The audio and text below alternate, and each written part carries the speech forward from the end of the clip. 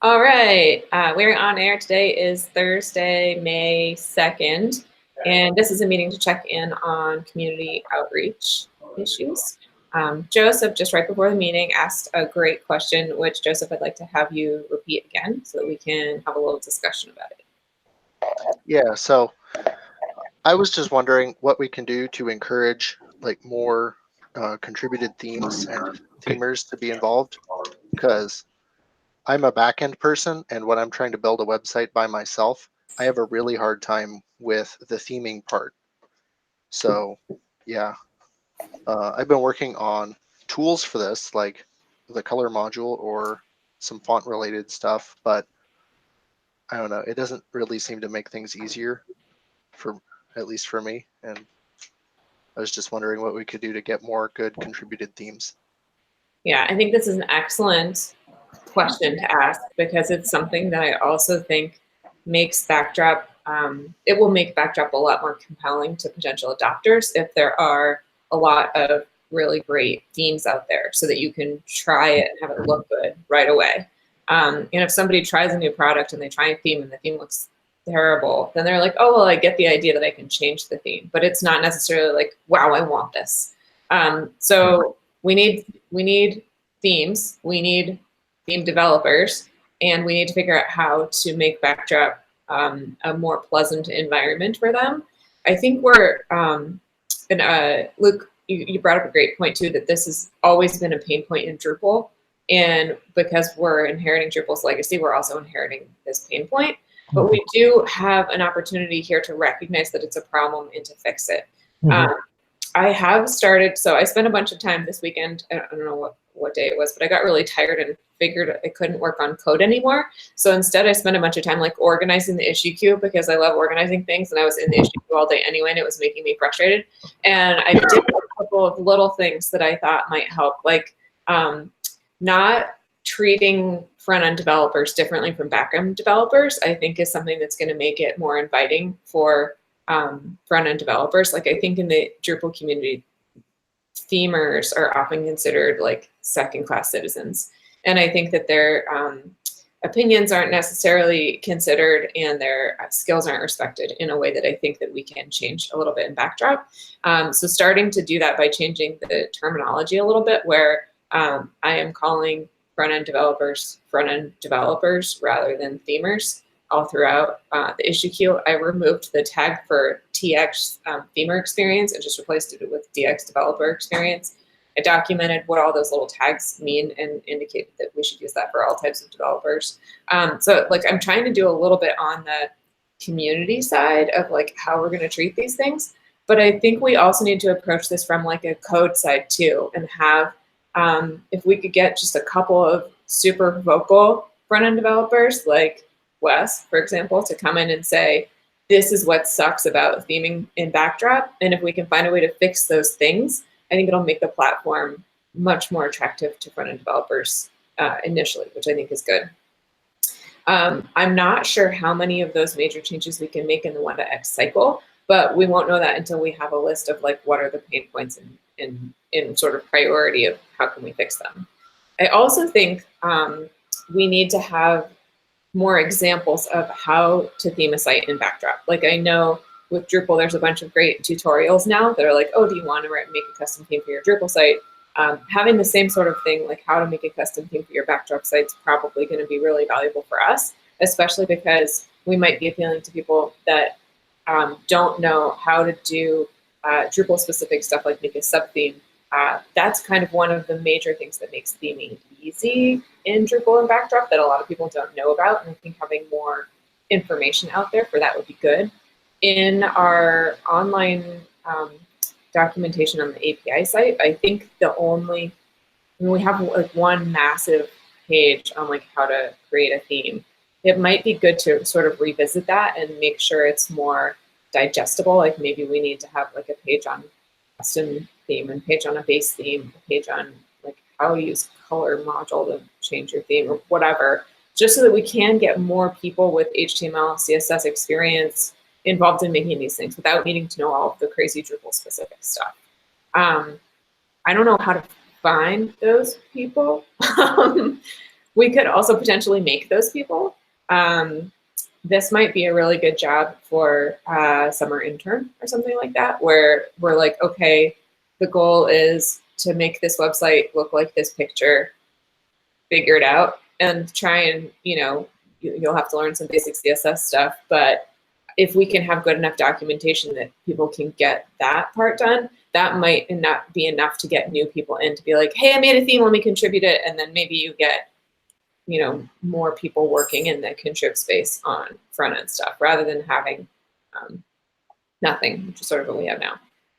Another thing that I think we mentioned like a couple of years ago, but haven't talked about recently, is trying to get companies that already create Drupal, WordPress, Joomla themes, even HTML templates, and distribute them on places where you can buy themes like ThemeForest or Template Monster, or whatever those sites are out there, to take something they've already done for Drupal and adapt it for Backdrop, because that, in theory, could be super low effort for them. I have worked with several HTML templates that I've gotten from ThemeForest and have turned them into Backdrop themes, and I have reached out to the creators of the original themes and said, like, hey, do you want to distribute this as a Backdrop version? But a problem that I ran into is they're like, sure, but if ThemeForest doesn't have a button for like, give me a Backdrop theme, they're not going to sell that because there isn't like an avenue for them to do that. So they'll take it and have it, and if someone asks for it, they can give it away, but it's not an incentive for them in the same way.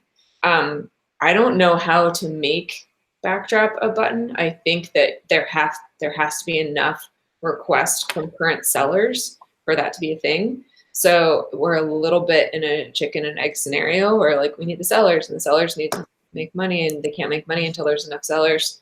So I don't know how to do that, but I do feel like that's an avenue we can pursue if we can figure out how to make that happen. I have some thoughts. Yeah, on please. This.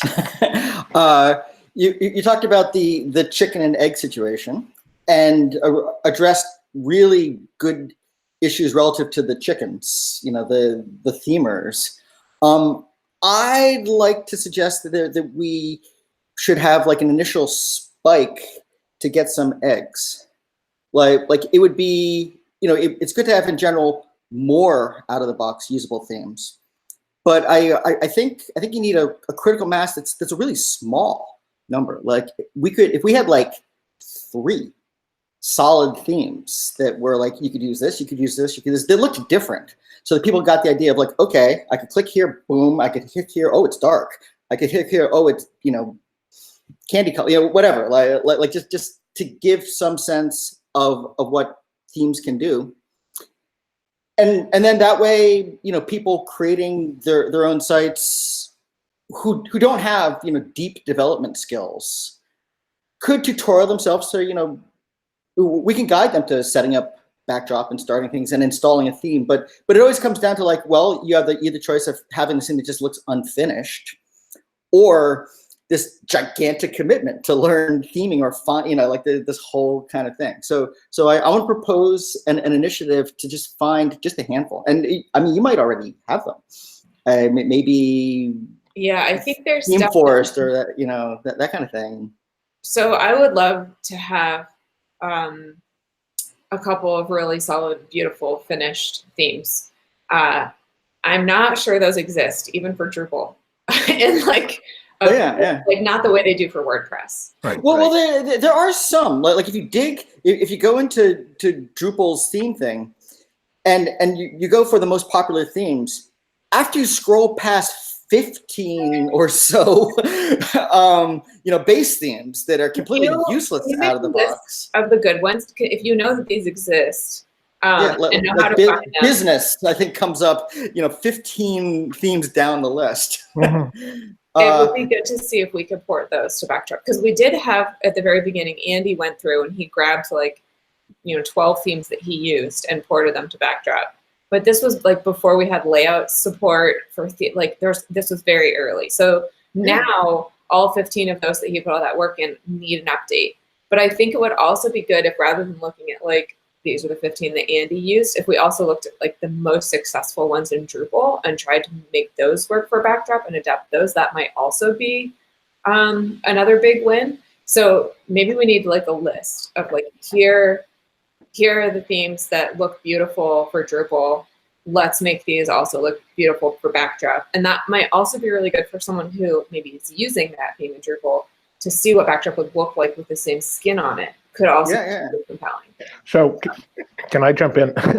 Because for the last 2 months, I've been thinking a lot about this too, and I have identified this as an area that I could have a big impact. Especially, I can actually contribute technically and not just like as an organizer, right? Because that's where my skills are probably stronger. I don't have a lot of time though, so I don't know how realistic that is. I talked to Jen at MidCamp and took over maintainership of an abandoned theme, specifically because it had broken color module support, and I wanted to work on a theme with that. I just sort of officially changed the README file with my name about a week ago and haven't done anything on it except basically started an issue saying, hey, I'd like to rework this theme and make it useful, and I'm happy to share that, who wants to be involved. I haven't really told anybody that yet, so that's an area I'm starting to work in. I mean, I think, as I said, my other skill, I think, is organizing stuff. So did we lose Luke, or are you just frozen? No, I'm still here. You are still, man. The other thing is, well, yeah, I mean, I think how to bring these people in and engage them. Again, I always go back to events and stuff, right? So maybe there needs to be, at least on a temporary basis, a regular sort of theming meeting where we set some goals and say, hey, we want to get those 3 or 4 contrib themes. And if you want to be a part of that, let's meet on a regular basis and talk about that.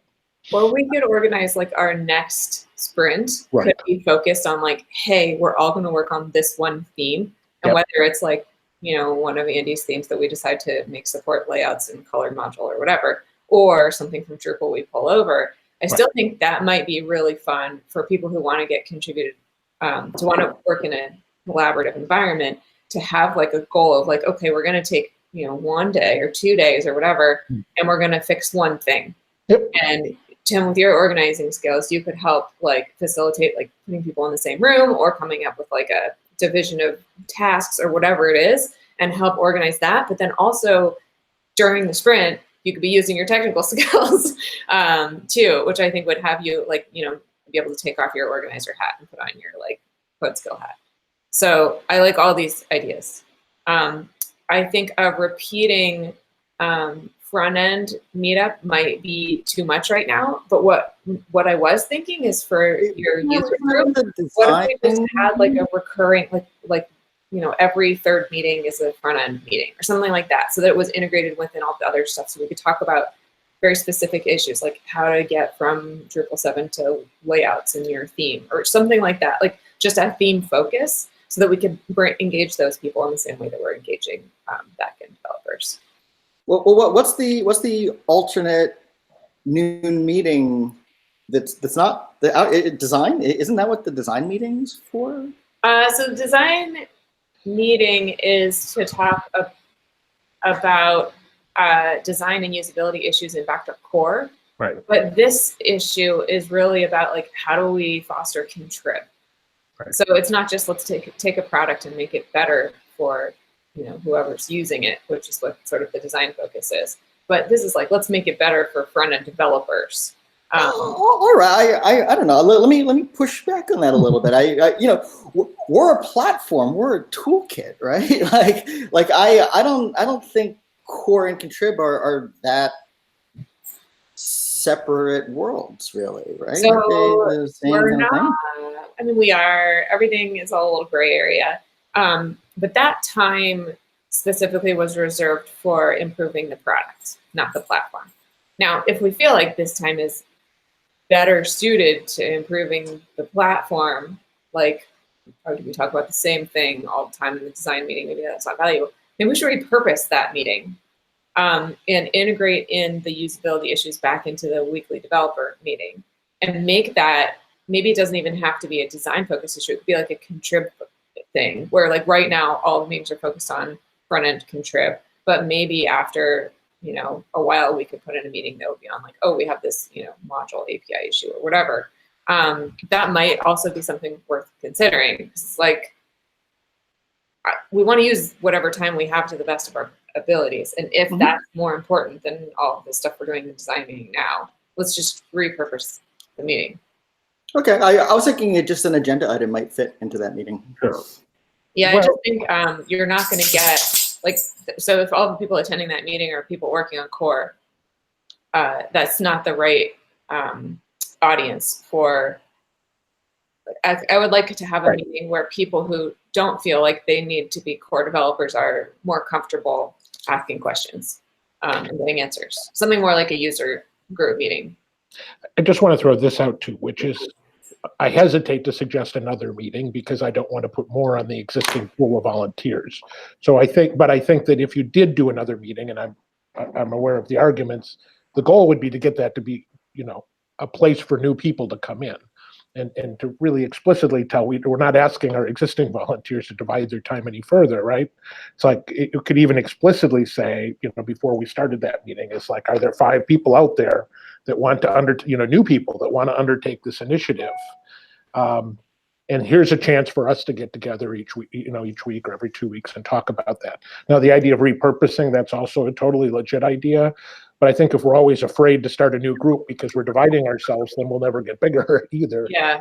Right. So there is A good thing you mentioned there, Tim, was that like if we had a new meeting, what we could do is whoever it was who wanted to, run it or organize it, they could report to the core design usability meeting, design, we'll call it whatever we want to call it, the issues that come up in the main meeting. They're like, hey, like we're all doing all this stuff in Contrib and we ran into this issue that needs to be fixed in core. And they can tie those two groups together where maybe new people wouldn't feel comfortable showing up in like a core developer meeting, but they would still have their voice heard because the facilitator could raise things when necessary.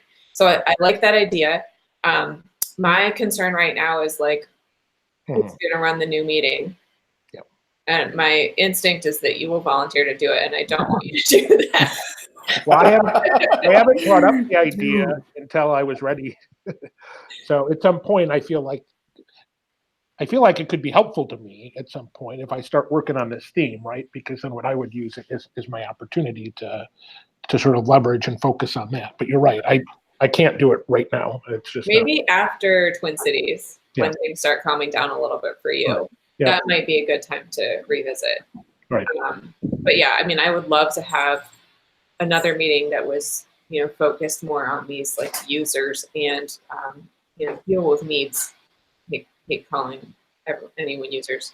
The backdrop adopters, I don't know. Backdrop people. Anyway, yeah, just another avenue for people to get questions answered and their concerns heard.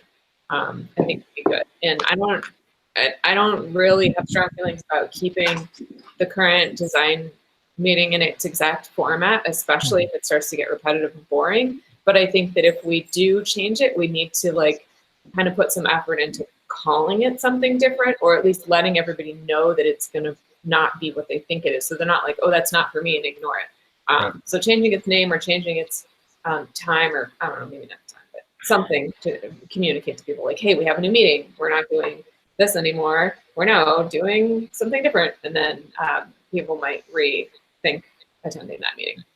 All right. Well, look, my perspective in it is originally I was coming just to these outreach meetings, but I started to show up at the design meetings, and they seem very similar to this. Yeah. So that's why I was feeling like that might be a little bit more fluid than. Yeah. And originally, I think this time slot was only for design, and it was created specifically because people who are not coders but wanted to contribute felt like they needed to have as much respect as the like weekly developer meeting gave people. And so it's like, okay, you need a place to voice your concern, but these are core contributors who don't develop, right? So it's a very specific audience. Well, now we have another specific audience that needs a voice. These are non-core contributors who are working in Contrib. I don't know that those is the same audience, but I also don't know that all of the people who were originally participating in the design meetings are still around contributing and feeling that need that hadn't been met. So maybe it would be good to like rethink that and be like, okay, like we're holding space for that if we need to, but right now we have another need we need to address that maybe is higher priority. But yeah. Okay, I think we've raised the issue and we can let it ponder in our heads a bit, right? Okay. Is there any like immediate action item like for the next Yes. meeting, or should we just postpone the whole thing till like post-Twin Cities? No. A very small thing. Okay. I was doing I was telling Luke, I was doing the newsletter and I was thinking we should announce other things. And well, let's announce the next virtual user group meeting. Yeah. So I just arbitrarily yesterday decided that theming should be the next topic for the next virtual user group. So that's one small thing we can do right now. And I scheduled it for not next Tuesday, the week after. Okay. Do we want to call it front end developing? Yes. Okay. If it's ing, theming is not a word. Okay. But developing is. Okay. But yeah, so you could say like developing themes or creating themes or something. I have the same issue with training. Training is not a noun. Training is a verb. It bothers me. People will say, I'm doing a training. I'm like, no, you're not. You're doing a training workshop. You can use it as an adjective. You can, but it's not. There's no training. It's not a thing. Okay. Darn humans, and they just use things until they become real. Anyway, sorry about my grumpy grammerness. But yes, I love the idea of putting it in the newsletter. I love the idea of revisiting this thought, maybe post Twin Cities camp, so we all have a little more time to figure it out. Well, we have controversial vocabulary issues coming up in a few minutes here. Oh, in the developer meeting? No, on the agenda on the next two blog posts. I'm jumping ahead. I don't know if I should do that or not, but okay. Well, yeah, sure. Why don't we go back to the agenda? Newsletter. Tim just mentioned that. Tim, you might also promote the backdrop pre-release. That could be fun. I'm not sure how broken it is. Maybe we shouldn't promote it. I think it's fine. But I think Nate's going to actually cut a downloadable like preview release that includes everything that went in yesterday. And so that might be something that maybe is worth putting in the newsletter. Maybe like it's like a footnote, like, are you curious about, I don't know. But definitely like some kind of language about it being not ready yet. That's just a thought. And then I don't remember the kinds of things that we put in our last newsletters, but you probably have access to them. So if you want to just see like what goes in there, I think at one point we put in like a bulleted list of like upcoming events. If we know what the locations are, I think. Sure. Yeah, I don't know. Just so right. One of the questions is that there's like a number of camps listed, but I don't know if any of them, if there's like if you have sessions or training scheduled at any of them. So they should be on the website. It should tell you. Sorry. You said trainings. Doing a train? No, I don't know how to talk. It's fine. It happens all the time. I do it too. It just makes me grumpy, especially when I do it. But there should be, so on the events page, it should have a bullet for like if you've had a talk selected, it'll say talks or sessions. If there's a training scheduled, it should say training workshops on Backdrop CMS.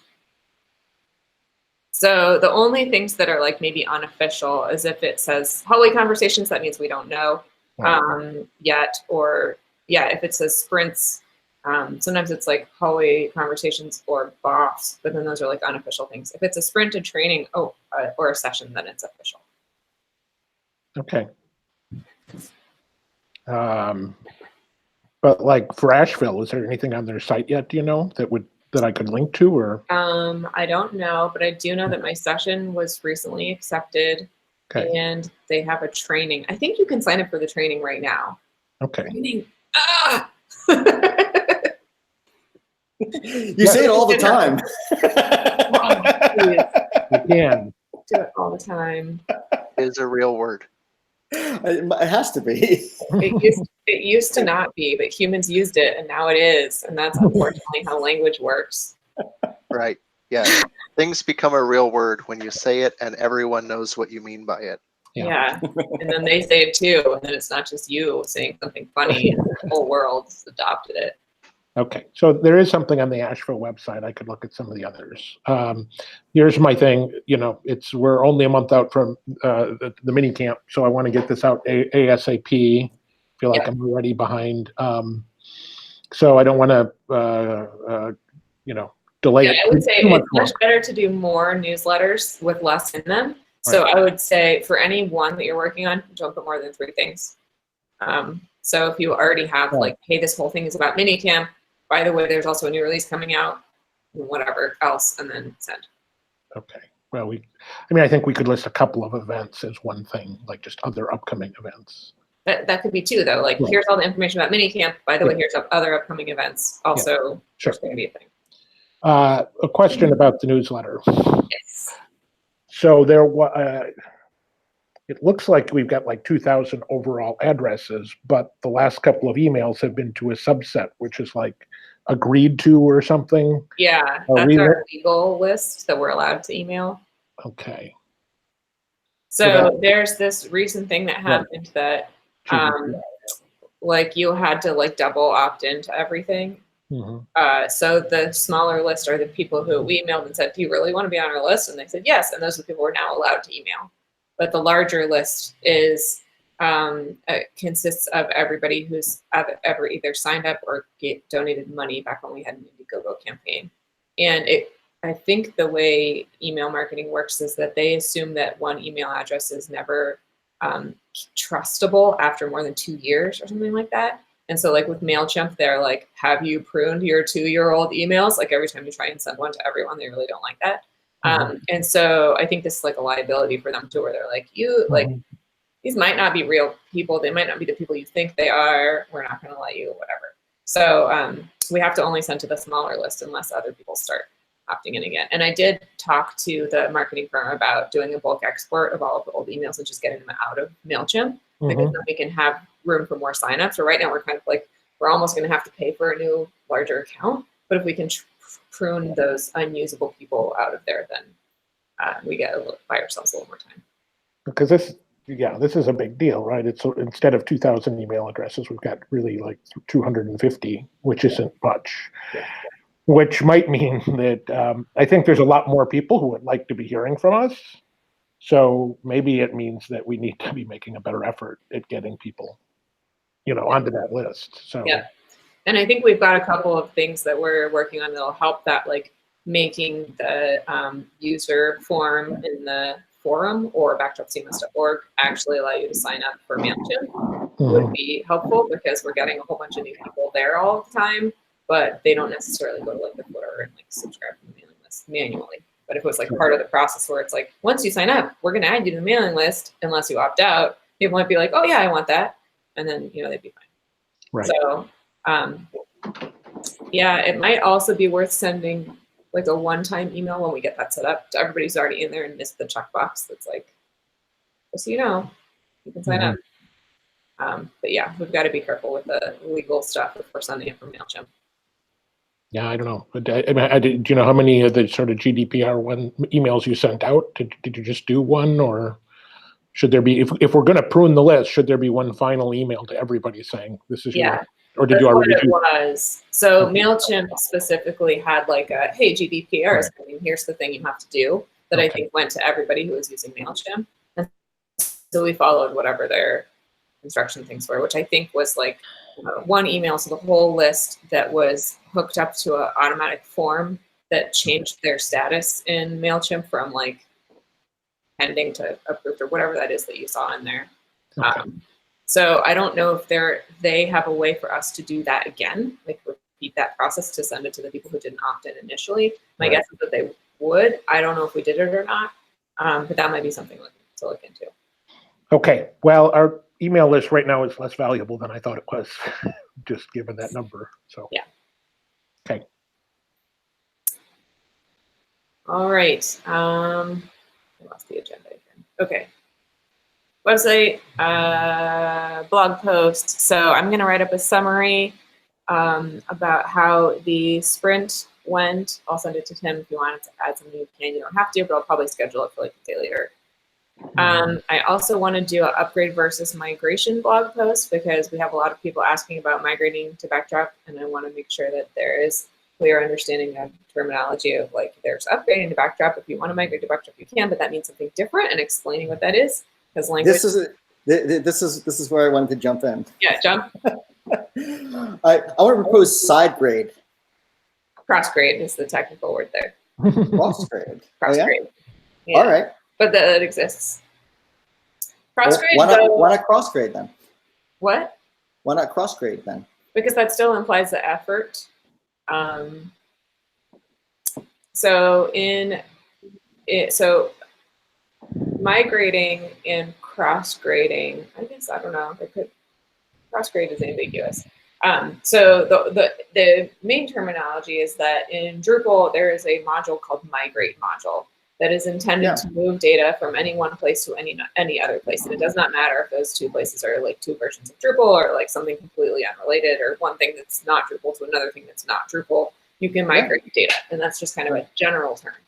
Sure. But in the Drupal world, there's also this very specific idea of an upgrade. And Drupal provides this like button in the user interface that you can push to like upgrade from Drupal 5 to Drupal 6. You can push the button to go from Drupal 6 to Drupal 7. But that button is gone when you want to go from Drupal 7 to Drupal 8 because they're like, no, now you have to migrate. And so in the Drupal community, there is a lot of like anxiety around the word migrate because they really wanted the update button to do the upgrade.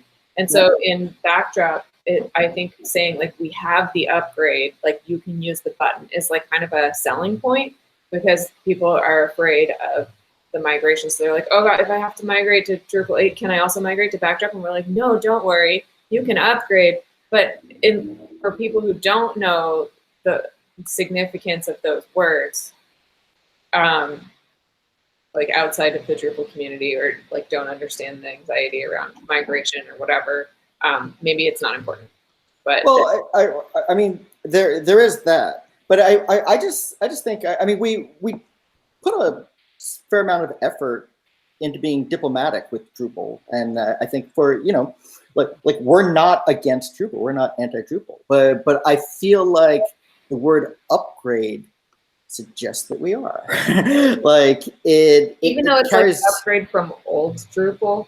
No, I don't think people are. It's like upgrade from Drupal. Like the book is migrating from Drupal to Backdrop. So I feel like it's unintended, but I think it might come across as an insult, and it might be distancing to Drupal people to have us saying, yeah, leave behind that crappy old Drupal. Here's the good stuff. Well, it's the crappy old Drupal 7 you're leaving behind. Like, we don't ever say upgrade to Drupal without the 7 on it, or upgrade from Drupal. I feel like that's... I understand. I feel like that's a point that everyone's going to miss. Yeah. Although anyone who wants to upgrade from Drupal 7 is looking for that. Like, they aren't looking for upgrade from Drupal 8. Like, they're specifically like, oh no, I'm stuck on 7 and it's end of life. I need to upgrade. Kinda. I mean, the people that are already in Drupal 7 though have we're still trying to prove ourselves to them. It might look like an upgrade to us, but that's not a foregone conclusion to somebody pondering it. Which is why I mean I wish migrate wasn't actually so fraught because that seems like a less hostile thing. It's only trying to dance around. Yeah, I don't know. I just feel like the value we provide people by being an upgrade is going to be lost if we don't use that word. Like they're like I need a button to push, and we're like, we give you a button, it's fine.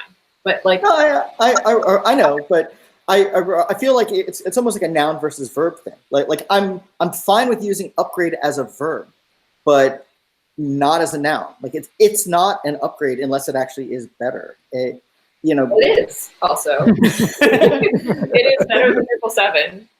Like there's no argument there, and that's all. Trying to be modest. 7. So I don't know. I mean, I'm very conflicted here because I hear what you're saying about saying upgrade from Drupal does make it sound like we're better than Drupal.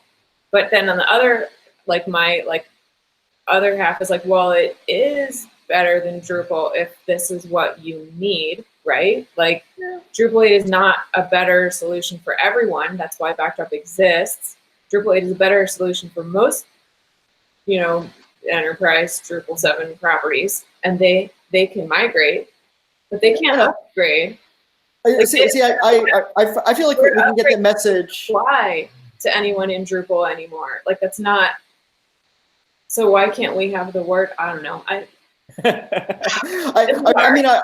We need another word. You're right. I'm fine with selling the idea, like without necessarily assuming, that it is an upgrade. Then making that case, like, move here and here's all the advantages. I mean, think about like trading in a car, for example. I'm planning actually in a few months in trading in my BMW for a Subaru.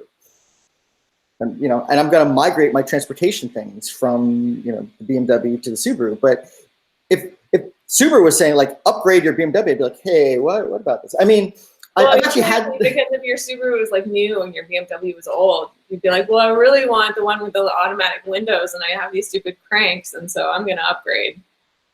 Right? No, the current thing's pretty sweet, actually. We're not talking about upgrading from Blade. We're talking about upgrading from the thing with the crank windows. It's 10 years old. I know, but again, the brand, it's about the product, right? Like, you can upgrade from a really old, crappy BMW. Now you're frozen. Did we lose you, Jen? Ooh, we had some network connectivity issues there for a second. Yeah. Anyway, this is a hard problem. All right. But I understand the concern about the language making it seem like we're putting Drupal down. Maybe, so because I'm going to work on this blog post that's like explaining when to upgrade versus when to migrate, maybe I'll add a whole section in there about what we mean when we say upgrade, or what I mean when I say upgrade.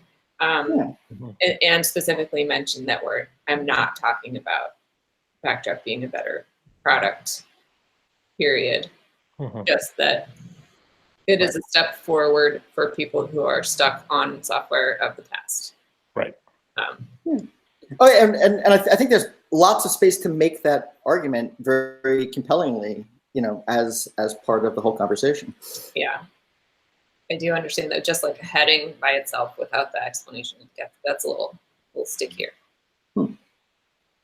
Okay, hard problems. Words are hard. Okay, we also had a couple of other ideas for a blog post. We already got the Minicamp one up, so I'll take that off here. But security, which I think we'll talk about a little bit in the next meeting too. And then a bunch of other ideas like conservancy stuff, maintenance, community spotlight, and major version upgrades. Are we looking for ideas for blog posts? I feel like, yes. like what we talked about theming in there, that seems like if that's not an existing like covered thing, like here's how to get the front end for your Backdrop project. And I'm throwing out just a whole different one that's this similar sort of thing is hosting options, which all of us old timers have our opinions, but that's totally, that would seem to be, if that's not covered, I feel like that should be covered somewhere. Yeah, I like all these ideas. Tim also added case studies. So Tim, what I would love is, was that you that added that? I think so. Someone added it. No. I would love to see more case studies that is like a longer form blog post that then links to a showcase that's like, here's the pictures of the thing, but the blog post could do an explanation of it. So I would love a case studies type thing in the blog. But both. And then let's see. Our Backdrop community spotlight emails went out, I think yesterday or sometime recently, where our marketing team is going to be conducting all the interviews about like why people have decided to contribute to Backdrop or be involved in the community or whatever it is that they're doing.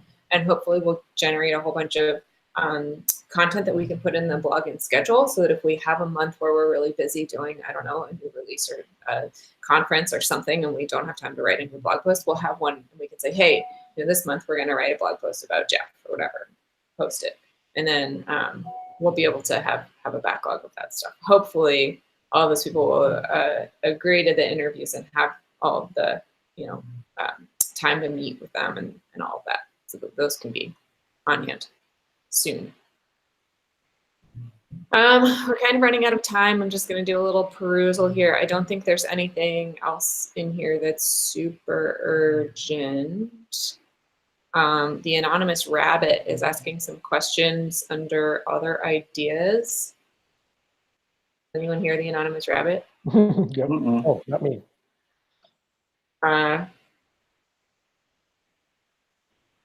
Maybe somebody on YouTube.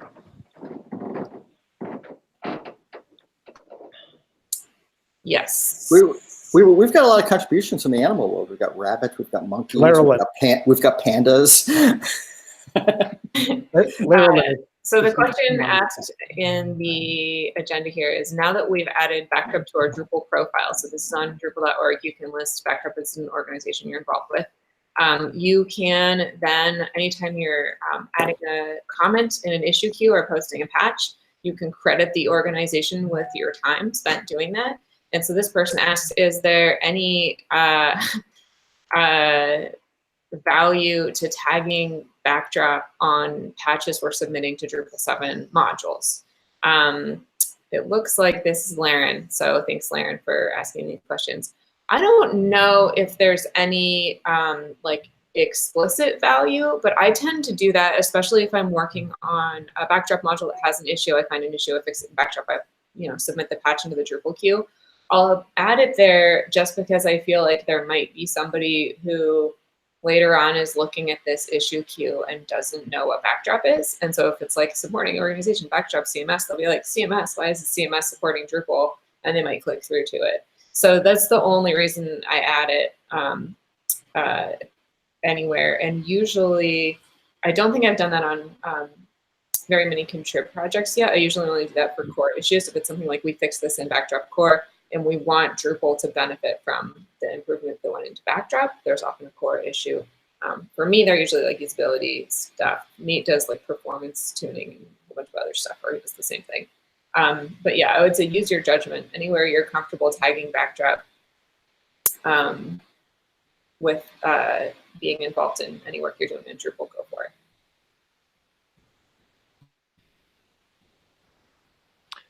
Before we hang out, for anybody who's listening to this later, sign up for the mini camp, the Backdrop mini camp, either our blog post on backdrop.org or backdropcms.org or at the Twin Cities Drupal campsite. All right. Well, with that, let's go ahead and stop this meeting, and we have our developer meeting coming up right now. So if you're interested in joining that, you're welcome to hop on that one too. Thanks so much, everyone. Bye-bye.